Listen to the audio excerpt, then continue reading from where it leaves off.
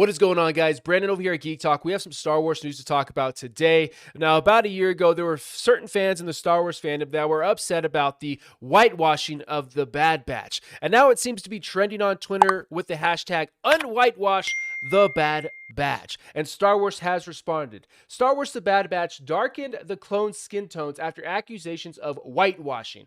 The clones in the Star Wars universe are based on the bounty hunter Jango Fett, played by actor Tamara Morrison. As much, they have a darker skin tone than many of the humans in that galaxy far, far away. Fans of the Bad Batch TV show quickly noticed that the Clone Squad skin had been lightened in the animation and began the hashtag Unwhitewash the Bad Batch movement. It turns out the show's creators took notice, and the director Brad Rao has said corrections have been made. Speaking to Collider, Rao said, "We listen to all the concerns of the fans." Isn't that so ironic? It seems there were honest Star Wars fans, huge Star Wars fans that had their problems with the sequel trilogy and voiced them. Whether it be the treatment of the original characters, the neglect of the prequel trilogy, the breaking of canon. We were told to shut up. We were told that we were bigots, racist, misogynist assholes, and our opinions, our critiques weren't valid. We were told to shut up and watch it, and if we don't like it, Star Wars isn't for us. That's the response we got from Lucasfilm, from Star Wars, the writers, the directors, the whole team over there. There was no effort to listen to us. Just listen. Just listen. There was no effort made.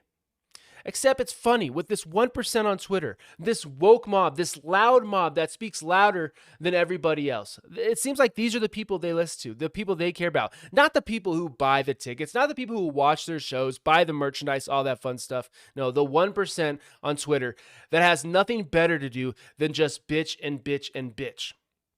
And when you give into them, when you give into like Star Wars has just done with this whitewashing shit, they're just going to expect more. They're going to complain about something else. It doesn't end with them. If you humor them, if you acknowledge them, if you make efforts to appease them, it will not end. It is never enough. That's why you see all these actors, these actresses on Twitter just pandering to this 1%. It's never enough. And they will turn on you in an instant. They will turn on you so fast because they have no allegiance. They don't actually give a shit. They just want to bitch. They want a virtue signal. They want to complain. I'm not even sure if these people are real on Twitter. I'm not even sure. So the irony, we listen to the concerns of the fans. These aren't your fans. Yeah. Interestingly, in season 1, before season 1 came out, we're always doing this. We went back to look at the skin tones, and we made some corrections to make sure that we're being true to the legacy of the Clone Wars and Star Wars. Absolutely 100%. If I read this correctly, instead of focusing on good script, because I haven't watched The Bad Batch, so I don't want to judge it too hard. I've been thinking about watching it, but from what I've heard, it's boring. It's meh. There's not much going on. It's not very interesting. The season finale was like, instead of focusing on good storytelling and making a good story and an interesting story, they're focused on making sure the color of their animated characters are spot on to their live action counterpart. They care too much about this bullshit instead of paying attention to a good script, a good story. It's like this whole shit with Avatar 2. Not enough blue people representation. These people are so insane. None of it makes sense. It does not make sense. It's only the Bad Batch themselves who have seen their skin tone get lighter, and as Collider notes, they've also got more Eurocentric features when compared to their darker skin clone counterparts who are still doing the bidding of the Empire. This plays into harmful tropes that white people are independent, daring heroes, and people of color simply do what they're told. Who the hell thinks like this? Who thinks like this? White people are independent, daring heroes, and people of color simply do what they're told? I don't think like this. My friends don't think like this. The people I watch on YouTube don't think like this. We're not concerned. We don't narrow down the heroes to just white people. This is absolutely insanity. Who thinks like this? The 1%. The people out there, I can't even go down that rabbit hole. Man. This is absolutely insane. Eurocentric features. Who the fuck is watching these animated series, these cartoons, these things made for children and saying, that guy who's supposed to look like an islander? Fuck, his nose looks really wide. His chin. That's a chiseled white man's chin. That's a Disney classic Prince chin. That hair. I don't know. Dude, give me a break. Give me a break. This is ridiculous. We are so out of touch as a society. We are so spoiled that we're concerned about animated characters tending to have Eurocentric features. Now, I'm not the smartest cookie in the jar, and I'm pretty sure Eurocentric means white people. Jeez Louise, man, I don't know.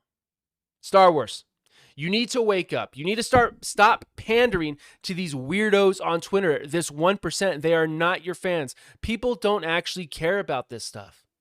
They just want a good show. They just want a good movie. They just want a good story.